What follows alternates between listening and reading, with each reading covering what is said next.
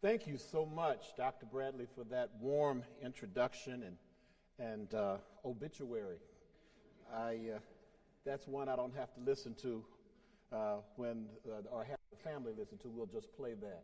But thank you so much. It is such a joy and delight to be here at Baylor anytime that I am invited here. And God knows that's been a number of times on a number of different occasions. I will not take the time to recognize all of you that are here, but you know who you are and how delighted I am to see you today. This is a distinguished and special honor for me to be here to give this Northcutt lecture, and I'm delighted that members of the family are here because without this kind of opportunity to have these forums, so much information and people sometimes can be neglected. And even in the classrooms, there are neglects and there are omissions of topics that these lectures make possible to discuss. And having said that, I just want to say how excited I am to be here on this day. Boy, what a historic day this is in the life of Baylor with the unveiling of the statues today. But every time I think of April the 4th, I remember a phone call that I had in 1984 with the late Wyatt T. Walker, who was, as you know, kind of a chief administrator to Martin Luther King. And I said to Dr. Walker, I said, boy, what a victory today that we have this holiday that is being signed into law. And he said, yeah, well, it is. It's a great day, and I know Martin deserved it. And he went on and noticed he seemed a little apprehensive or tentative. I said, so how do you feel about this? He says, well, I think it's a great thing. He says, they made one mistake. And I leaned in. He says, they got the date wrong. He says, they're honoring his birth date when the holiday needs to be April 4th. He said, we can sometimes get so caught up in how people die that we really don't know why they died. Why Martin Luther King died on April the 4th is much more important than January the 15th. He said, celebrations of one's birth is one thing, but there's something about a death date that has a different effect. So to be here on the death date of Martin Luther King and of his assassination back in 1968, and also his funeral, which would have been on Easter Sunday, this coming Easter Sunday was April the 9th. So I just had to call out the significance of that, and I'll say more about that in the lecture when we get to the spiritual Balm and Gilead. Howard Washington Thurman, born 1899 and died in 1981, was one of the world's most renowned and acclaimed authors, philosophers, theologians, educators, and civil rights leaders. As a prominent religious figure, he played a leading role in many social and human justice movements and organizations in the 20th century. Let's watch this little introductory clip. It really says it better than I possibly could.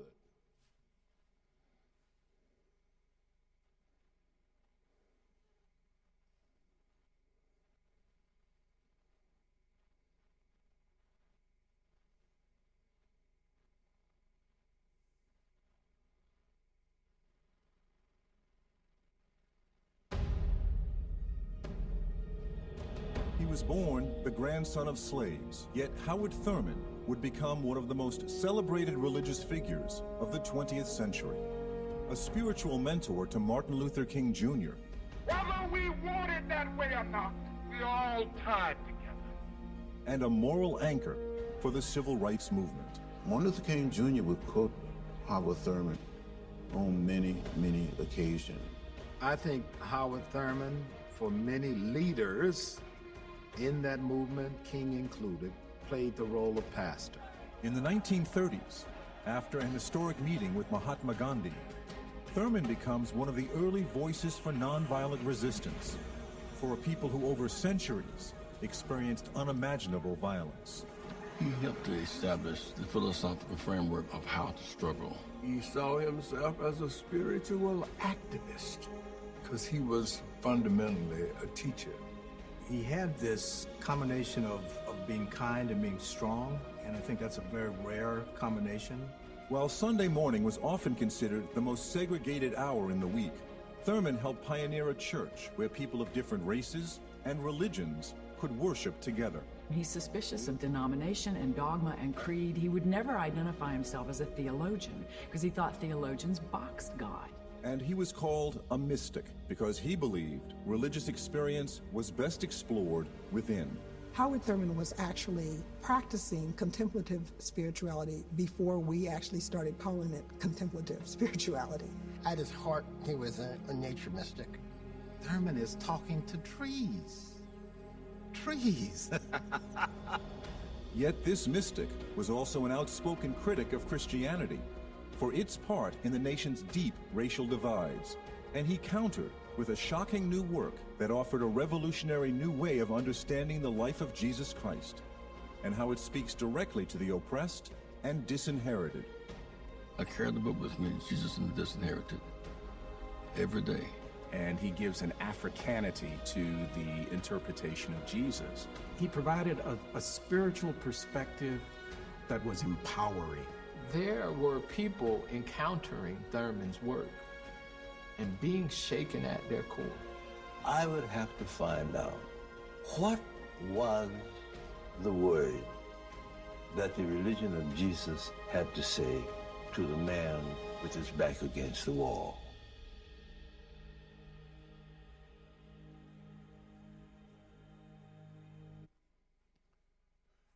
Dr. Walter E. Fluker declares Howard Thurman's biography, from his earliest explorations of the sense of presence while hunting in the lonely woods, caressing the mystery and comfort of dark Florida nights, fishing in the Halifax River, and meditating under his old oak tree, to his lifelong quest to create and sustain religious and democratic spaces where individuals and collectives might share common consciousness, was a part of a double speech. Thurman says the encounter between God and the individual is a cooperative affair. It is a double search. Religious experience in its profoundest dimension is the finding of man by God and the finding of God by man.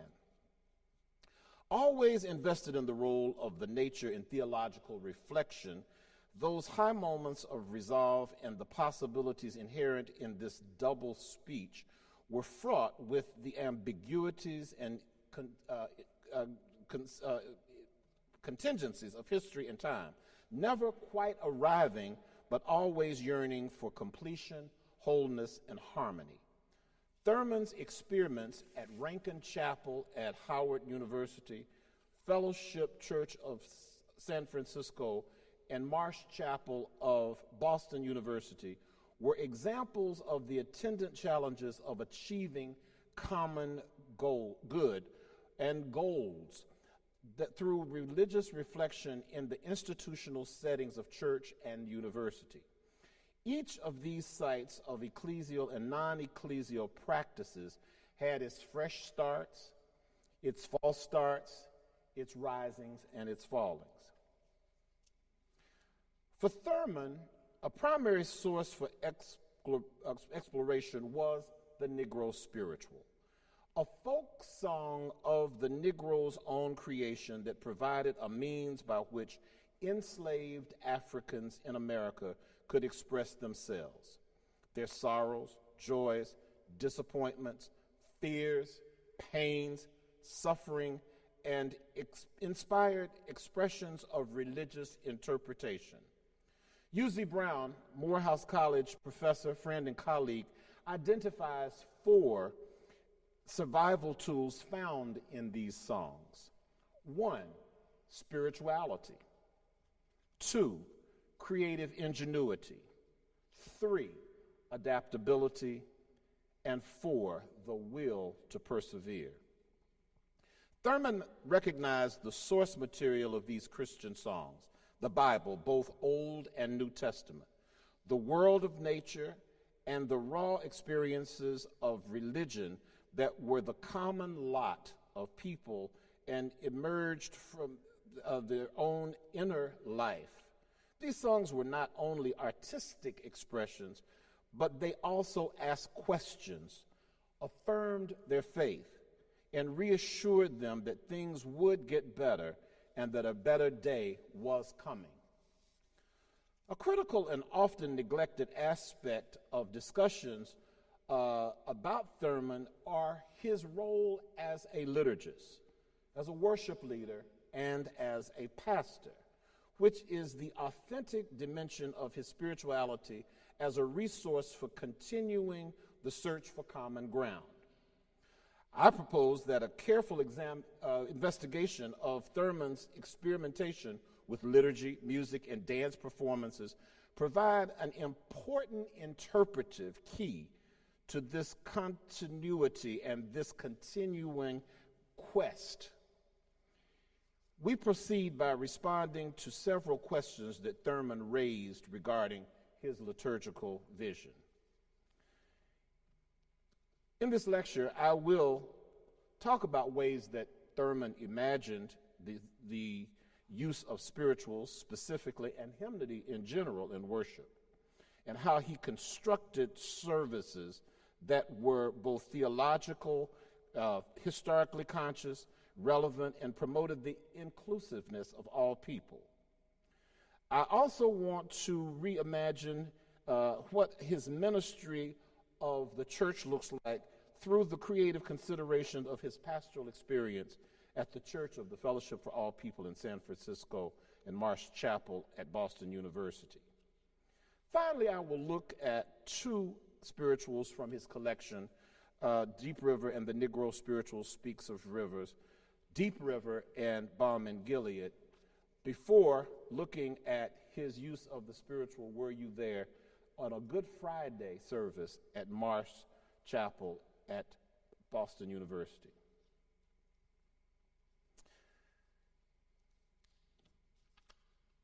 Fluker reminds us that for Thurman, the ministry of the church is twofold. It should provide for an environment of worship in which experiences of spiritual unity are achieved and serve as a pedagogical function by teaching and interpreting the religion and moral implications of political, economic, and social arrangements in which the church finds itself.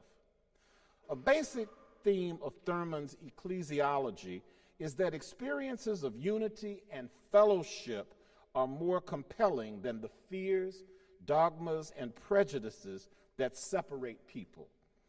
If spiritual experiences of unity could be multiplied over a time interval of sufficient duration, they would be able to undermine any barrier that separates one person from another.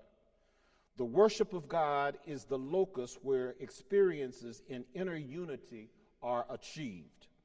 The primary questions that informed Thurman's liturgical vision were: is the worship of God the central and most significant act of the human spirit? Is it really true that in the presence of God there is neither male nor female, child nor adult, rich nor poor, nor any classifications by which humankind defines itself in categories, however meaningful? Is it only in the religious experience that the individual discovers what ultimately she, he, they amount to?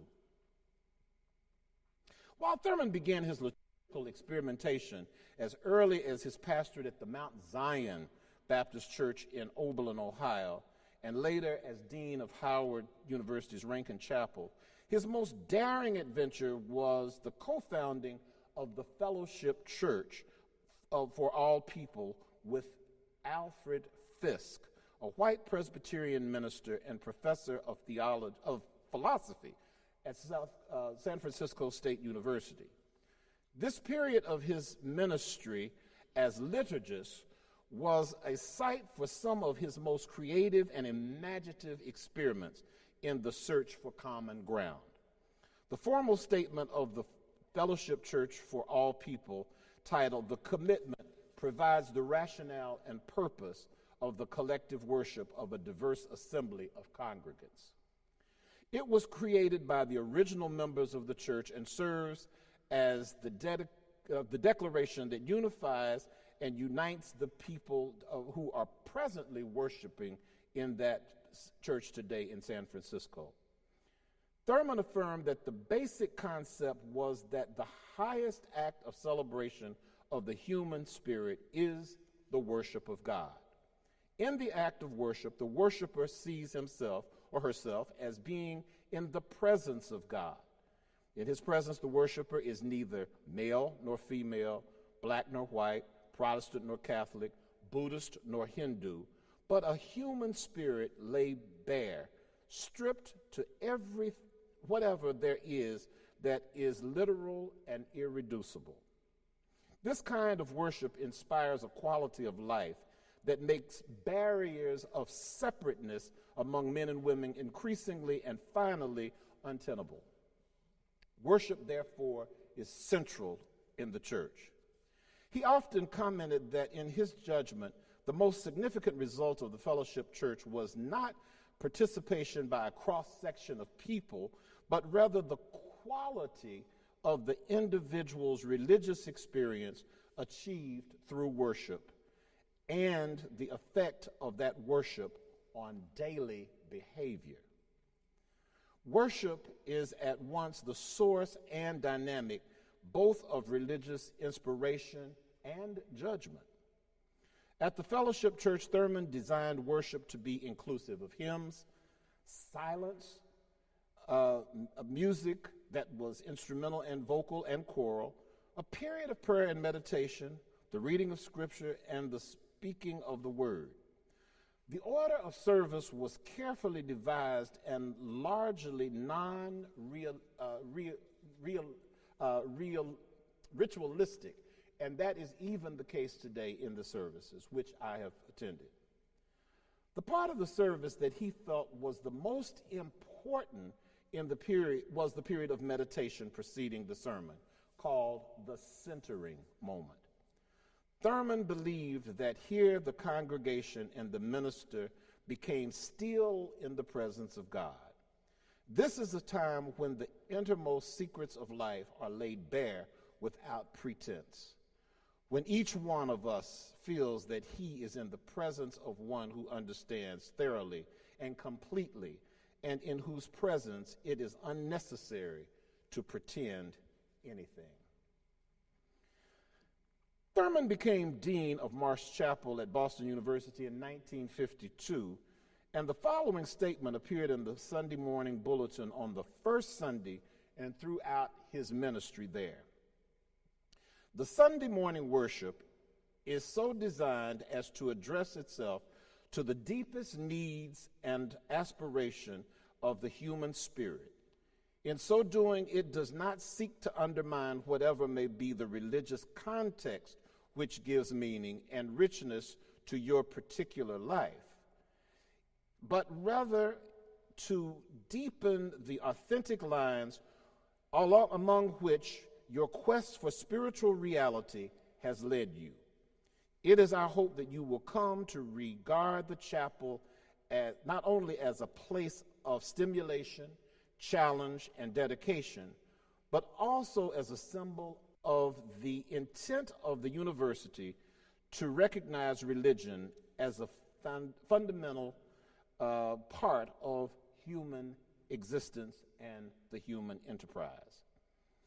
This formal statement of the purpose of the chapel service hardly captured the deep, throbbing dynamic of Thurman's emphasis on the experiential and aesthetic dimensions of worship. To experience oneself is to enter into a solidarity world that is one's unique possession and that can never be completely and utterly shared, Thurman writes. Yet the human spirit, he taught, cannot abide the enforced loneliness of isolation. For mutual interdependence is characteristic of all of life.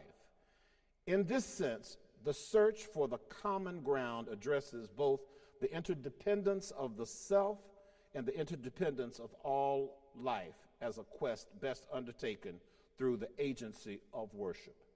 In fact, Thurman's view of worship is qualified by his vision of the sacred, that is, the sacred as the unity that undergirds the diversity in human beginnings, structures, dreams, forms of consciousness, and instances of identity. Accordingly, the search for the common and the unifying goal are profoundly sacramental and constitute both the parameters and essence of worship. It is along these lines that we best see the dynamic and interrelated elements at work in his construction of worship and liturgy as sacred vision. Thurman used the content of Negro Spirituals to create sacred space, many of which are included in his awe-inspiring book, Deep River and the Negro Spiritual Speaks of Life and Death. In the fall of 1928, shortly after his return to Atlanta, most of Thurman's power stems from his mystical ritual techniques combined with the use of powerful intellect in phenomenological explorations and religious and cultural studies. In his functions as a religious authority and in his mystical ritual technique, Thurman shares much in common with the shaman of the art of the ancient societies. I maintain that his appropriation and use of such techniques is conscious and deliberate, a natural outgrowth of his style of practical mysticism. He becomes, in large measure, a sophisticated modern-day shaman, and does so in order to penetrate behind the wall of Christian orthodoxy and to get at and utilize genuine religious experience as a cure for many of the ills of our day. He becomes then a self-styled sophisticated shaman.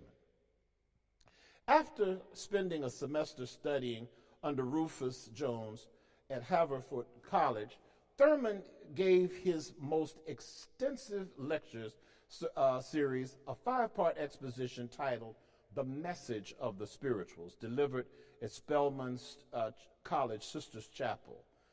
This became a theme to which Thurman returned again and again, climaxing in the 1947 integral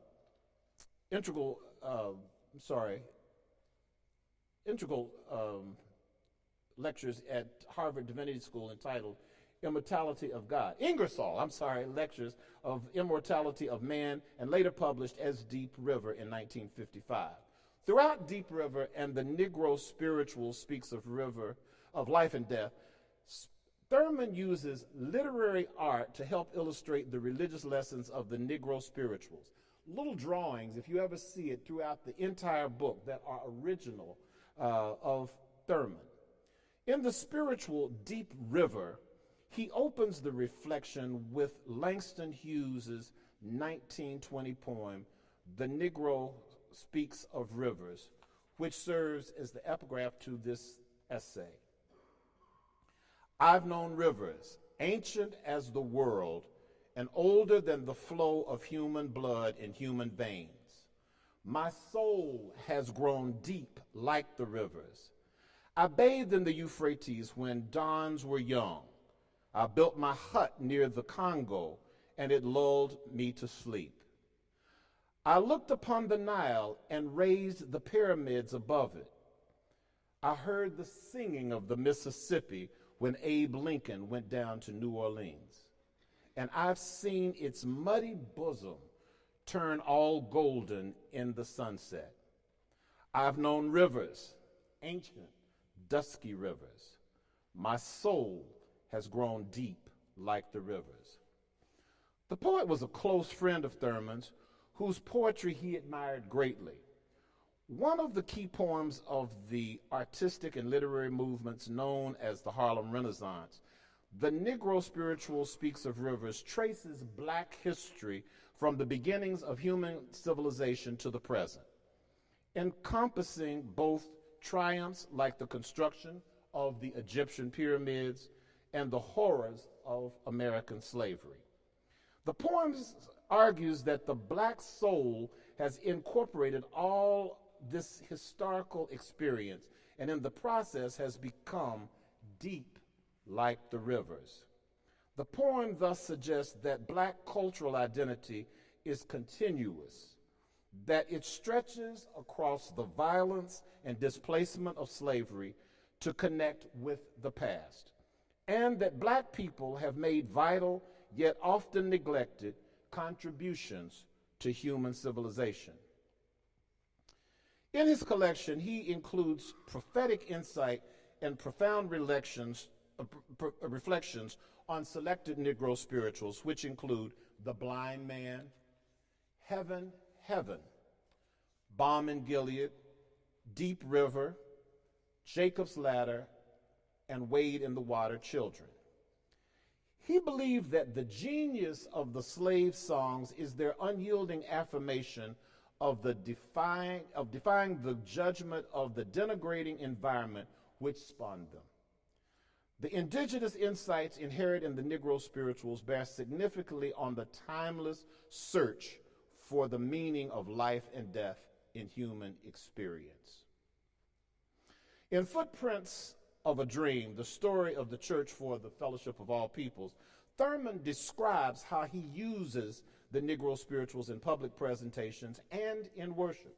He says, several times during the year, I preached a series of sermons on the religious insight of certain Negro spirituals.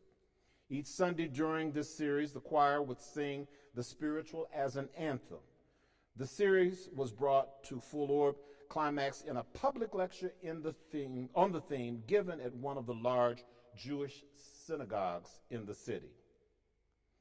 Reflecting on the spiritual Deep River, Thurman says, this is perhaps the most universal in insight and certainly the most intellectual of all the spirituals. In a bold stroke, it thinks of life in terms of a river. I read here his use and understanding of the spiritual as a sort of functional music, as music that is communicative, and in fact, music that is reflective of the system that produced them.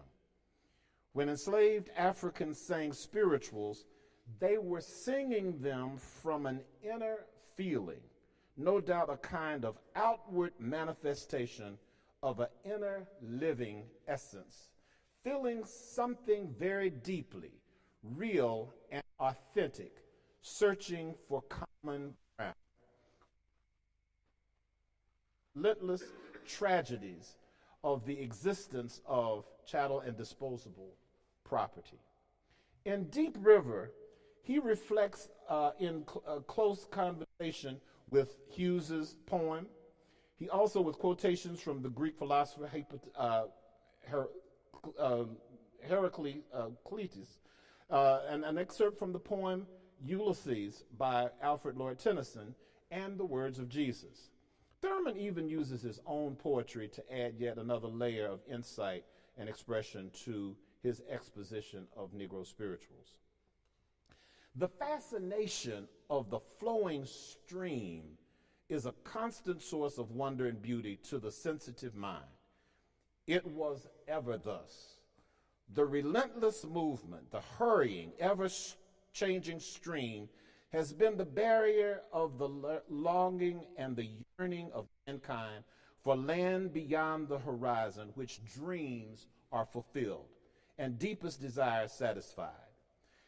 It is not to be wondered at all that in the spiritual there is a happy blending of majestic rhythm and poignant yearning. Deep River, my home is over Jordan. Oh, don't you want to go to that gospel feast, that promised land where all is peace? Deep River, I want to cross over into campground. The analogy is fruitful with great meaning. Life, in all of its tragic and fierce movements, itself is a deep river. I am interested here in how potential time as in-between time allows for the reconstruction and the revisibility of the language as sound uses jazz as a metaphor. We, through our agencies, must make the path that leads to the river. The river is timeless, before and after time, and we are constantly in the stream of the river that flows inwardly and outwardly, forever ingesting and egesting, depicting two modes of realities, the inner and outer, which are inseparable but experienced as modes of consciousness. In engaging Thurman, then, one is driven to contemplate the relationship between time and infinity, and to register them as alchemists to the flow of the river that empties itself into the sea. The analogy yields key insights from enslaved Africans and from their cosmological and theological perspectives. The river leads to a deeper appreciation of the African past, which Thurman calls flood time, in his reflection of death and freedoms in the Negro Spirituals. Thurman challenges the reader to reflect on a deeper meaning and say, to think of life as being like a river is a full and creative analogy. He continues with the first analogy. To think of life as being a river is an apt and most universal. In the first place, because the river has a very simple beginning, and it gathers its depth the broader expanse of the continent till it gives itself up to the sea, whose far off call all waters hear. It is in the nature of the river to flow. It is always moving, always in flux. It is small wonder that we are reminded that no man bathes twice in the same stream. He presents the second analogy, and that is that it is complete because the river has flood times. There are times when the river ceases to be tranquil and easygoing and benevolent, spreading peace and thoughtfulness throughout the land that it touches, and becomes a monster, reckless of good and evil, spreading pestilences and destructions along its reckless way. It is in the flood time of the river. Thurman makes this relevant because life is like that. Finally, he says that it is important to understand that the river has a goal, and the goal of the river is the sea. That out of that which the river comes is that to which the river goes, and that is the sea. All the waters of all the land come from the sea, and all the waters of all the lands go to the sea. The source and goal of the river are the same. He concludes life is like that. The goal of life is God, out of which life comes, and that into which life goes is God. We do not wonder then that Augustine says, "Thou hast made us for thyself, and our souls are restless till we find their rest in thee." At this point, I want to play what, after portions of this reflection, would be a way of undergirding the spiritual as an anthem that then picks up on these themes that he's given. Enjoy, please, this recording of Deep River, arranged by U.Z. Brown, with Solomon Howard, who is the soloist, a former Morgan State University student who is now an opera and concert singer with the Washington National Opera, and who was a soloist in the Beethoven Ninth Symphony in May of last year with the Dallas Symphony. Just a professor's pride.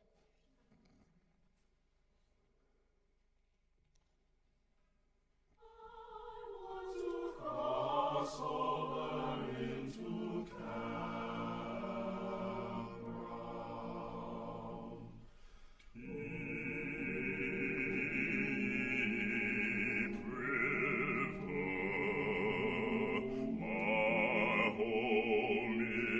over Jordan,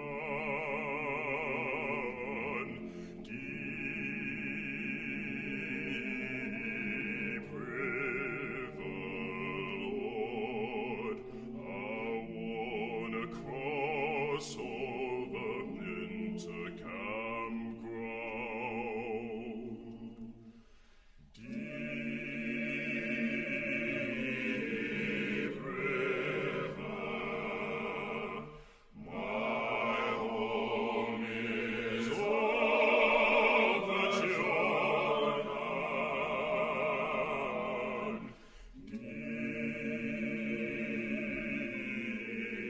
river, Lord, I want to cross over into campground.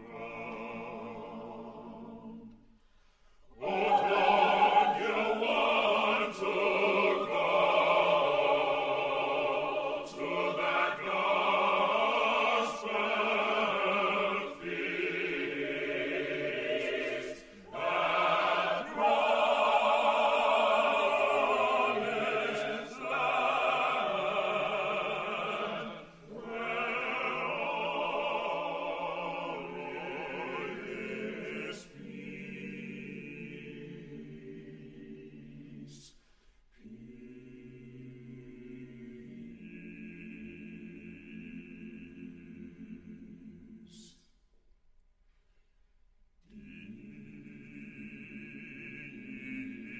Deep river, Lord,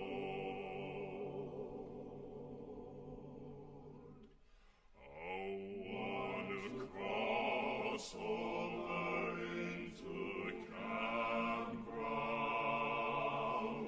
campground, campground, campground, campground.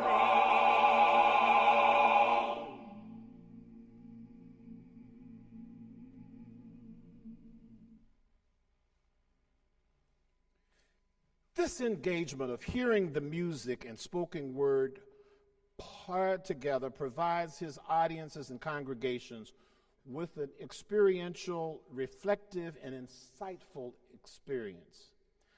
As he reimagined the spiritual in worship, he knew that this method of engagement with music, alongside his original art through the collection, rendered his reflections more meaningful, more vivid, applicable, relevant, and contemplative. In the singing of the spiritual, a person fosters a different understanding and interpretation of the text towards more than a song of mere otherworldliness, rather as a communal experience or of sacred space. Thurman's reflections expand the mind and imagination in a way that simply performing the spiritual or simply hearing the words would never accomplish. Here's another example of the spiritual Balm in Gilead, which was a favorite of Martin Luther King's. Ironically, one that was to be sung at his funeral, but it was substituted for the song If I Can Help Somebody, which was sung only after the tape was played that he eulogized himself with at the Ebenezer Church, where 2 months before his death, he literally predicted, or he felt his death. He said that when I die, if you find someone that speaks to me, tell them don't speak too long. I'm sure you've heard that. And to say this, it's not about my Nobel Peace Prize, and he goes on. And then he goes on to extensively quote the words of If I Can Help Somebody. A woman who remained anonymous until just this year stood and then sung the hymn, If I Can Help Somebody. The actual closing hymn was to be Balm in Gilead, which was one of King's favorite spirituals, but it was substituted because that service that is not very well known at Ebenezer had to end in order for them to get the march across town to Morehouse College. Those students in the 8 o'clock class will get a full dose of that in the morning.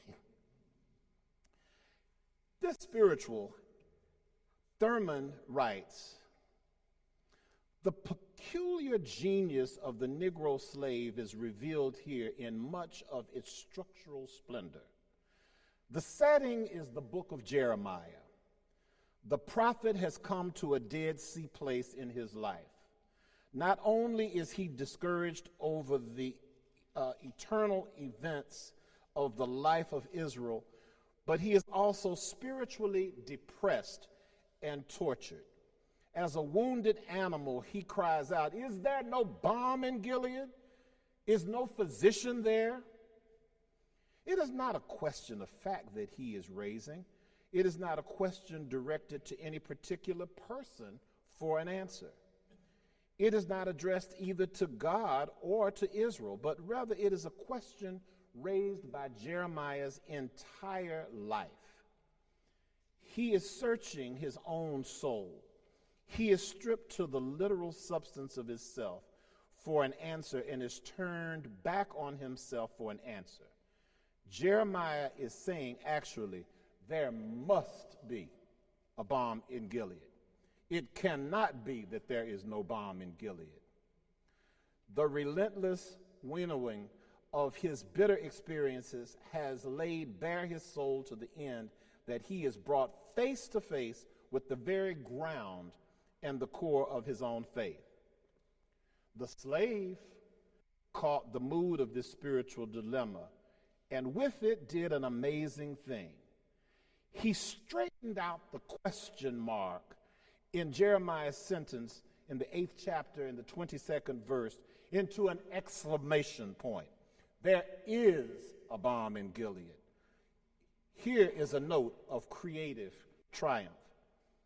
Now hear this recording by Chanticleer of Balm in Gilead with another one of my former Morgan State University singers who was the counter singer with Chanticleer as the soloist.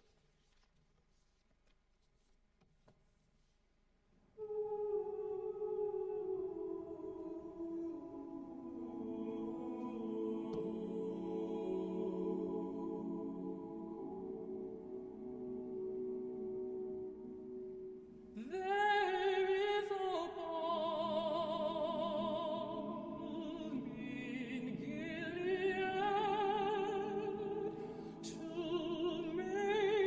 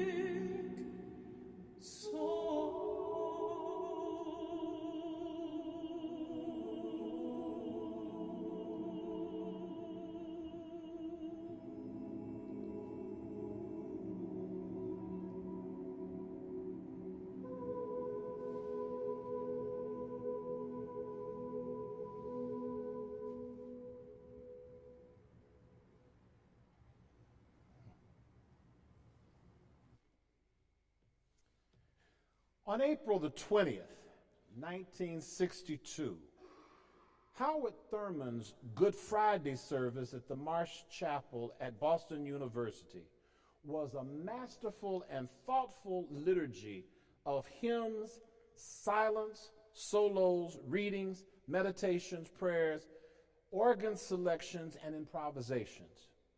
On his notes for the service, he carefully indicated what should be sung as a solo, what should be sung by the congregation, and what should be reflected upon in silence as the organist played the hymn. These hymns included "My Times Are in Thy Hands," "Silent Night, Holy Night," "What Child Is This?" "O Master, Let Me Walk With Thee," one of Thurman's favorite hymns.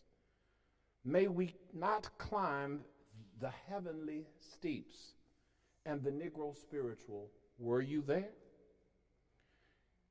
There were 3 solos rendered: "What Child Is This?" "If With All Your Hearts," from Mendelssohn's Elijah, and "Were You There?" The service was bookended with this William Lloyd hymn, "My Times Are in Thy Hands," written in 1824, sung to the tune "Ferguson." It was sung by a soloist at the beginning and the ending of the service. Here are the texts to this lesser-known hymn. "My times are in your hands, my God, I wish them there. My life, my friends, my soul, I leave entirely to your care. My times are in your hand, whatever that they may be, pleasing or painful, dark or bright, as you know best for me. My times are in your hands. Why should I doubt or fear? My Father's hand will never cause a child a needless tear. My times are in your hand, Jesus the crucified. Those hands my cruel sins had pierced, and now my guard and guide. My times are in your hands, such faith you give to me, that after death at your right hand I shall ever be." This text sets the mood and context for the service by using it as an opening and a capturing the theme of the day and allowing the congregation to reflect on his or her own life. Thurman was very sensitive to the fact that the visitors, and not even regular congregants, may have been familiar with the hymn. Therefore, he used a soloist and directed the congregation to reflect on the text as they were being sung. This is an incredible sight for today, as the hymnody of the church is more limited than ever. Thurman's arrangement of these elements of songs and the word invites the listener to ponder not only the poignancy of personal and spiritual dimensions of worship, but they are also signals of commitment to social and political action. Theological ethicist Cheryl J. Saunders asks, can a follower of Christ claim salvation through his crucifixion, but then consent to the suffering, racial injustice imposed on others? She continues, the line of spiritual inquiry remains instructive for our times. If you were there, did you identify with Jesus as the victim of the state-sanctioned violence? Did you take note of his betrayal, arrest, trial, taunting, humiliation, torture, and execution by the ruling government as at the bequest of the religious authorities? If you were there, did you sympathize instead with those who crucified him because you are convinced that there is a necessity to enforce the law and maintain order at any cost? If so, is your solidarity with Jesus or his cross, or with those who put him on the cross? The message of "Were You There" quickly expanded beyond its initial historical context to include all who dare to commit to the spiritual and moral demands of this message. Thurman recalls being in a delegation visited by Mahatma Gandhi, and this was a song that he requested them to sing for him. He said, "The insight here is profound and touching.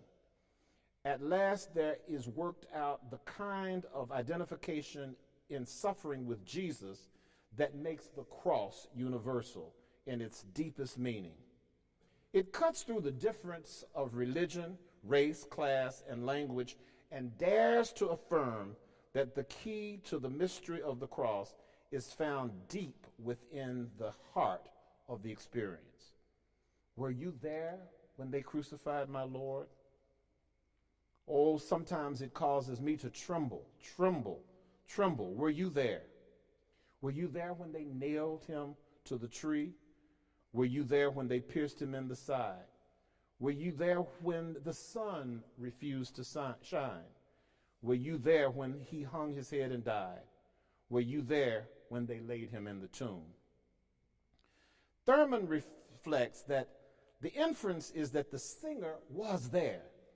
"I know what he went through because I have met him on the high places of pain and claim him as my brother." Here again, the approach is not a conceptual one, but rather an experimental grasping of the quality of Jesus's experience by virtue of the personal frustration of the singer.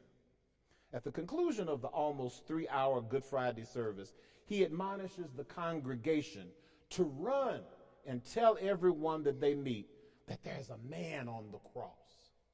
There's a man on the cross.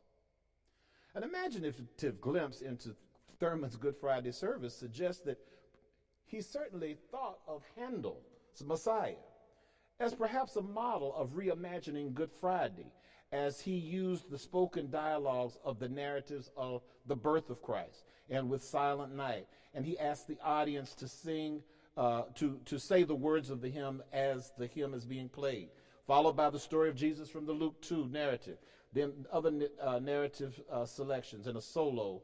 And then he finally finds himself, as Handel did, drawing on other parts of the Bible, Old and New Testament prophecies, and the narratives of his life, death. He postpones resurrection because it is Good Friday, and it is appropriate to stop at the crucifixion and death. But it is an extraordinary way of re-examining Holy Week and Good Friday specifically. This use of hymnody provides a wonderful blueprint for future services that could imagine Negro spirituals like Calvary, Calvary, Take My Mother Home, He Never Said a Mumbling Word, Know That Bleeding Lamb, as solos and congregational songs, or instrumental music, and some of the contemporary liturgical dance and visual arts, and perhaps other hymns that are more related and that deal with the crucifixion. In conclusion, Thurman's work as a pastor and a liturgist provides endless wisdom, models, inspiration, and possibilities for reimagining and creating new ways to tell and celebrate the old story for today's pastors, worship leaders, and liturgists. His liturgical experiments and practices in his positions as dean at Howard and pastor at the Church for the Fellowship of All People and the dean of Marsh Chapel are full of guidelines, resources, and tools from his liturgical construction belt. First, he was willing to experiment with the liturgy and not be held hostage to the weekly rituals without reason, rubrics without reason, ceremonies without content, and services without substance. The contemporary hymns listed for reimagining Good Friday are many. Simply go on the internet and find them. Some of the lyrical contexts are captured that really pick up the passion, the death, and suffering of Jesus Christ on Good Friday. And finding new ways to tell that old story is a way of reimagining what might be lost text otherwise. Secondly, Thurman becoming unpopular because he does not want to plan with musicians. It is evident that he had many conversations on planning worship that yielded the kinds of results that he had. So there was an intentionality in what he did because he actually met with the people that could make it happen. The organist, the soloist, the people who had to actually do the art, the people who would eventually contribute to the experience. Third, whenever liturgy happens, it should be understood as a means of creating a new kind of encounter with one's neighbor, knowing that through intentional encounter with one's neighbor, imagined and physical, the congregation comes into a new reality of God. The use of Negro spirituals and hymnody or sacred folk songs produced by unknown, enslaved, and oppressed and marginalized people in the world. The arts and literature gained power from the fact that Thurman understood which neighbors were not present in the room for whatever reason. Contemporary liturgists need to constantly assess which cultures, ethnicities, religions, and neighbors are unable to participate in the life of the liturgy because of prejudice, difference, and indifference. Once these communities are recognized and liturgists find a space for them, all kinds of stories begin to fill the room. Fourthly, Thurman's extensive use of silence is one that needs to be reimagined, incorporated in our worship today.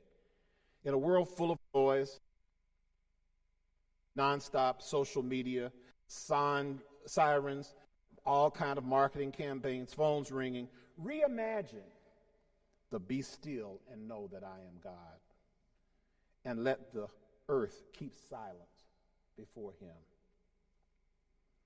Finally, Thurman was thoughtful, pastoral, and intentional, inclusive, and always seeking creative ways to make the encounter with God one that was formative, transformative, cognitive, educational, and inspirational. He knew that worship was no longer worship when it reflected more of the culture than the Christ in the world and the Christ in us. Thurman's attempt was not to make worship fun, entertaining, or amusing. The temptation of many liturgists today is to entertain and amuse congregants. A.M. Townsend reminds us that congregations that have not been taught to worship must be entertained, and those who lead the entertainment must provide that worship must provide that entertainment. He goes on to say, Christians don't tell lies. They just go to church and sing them. Thurman knew the spiritual, you better mind, which says you better mind what you sing, you better mind what you're singing about, because you've got to give an account at the judgment. You better mind. May you be blessed, enriched, and enlarged by Thurman's reimagining and your imagining for your own communities, your own churches, and for your own self-development and growth in Christ. Thank you.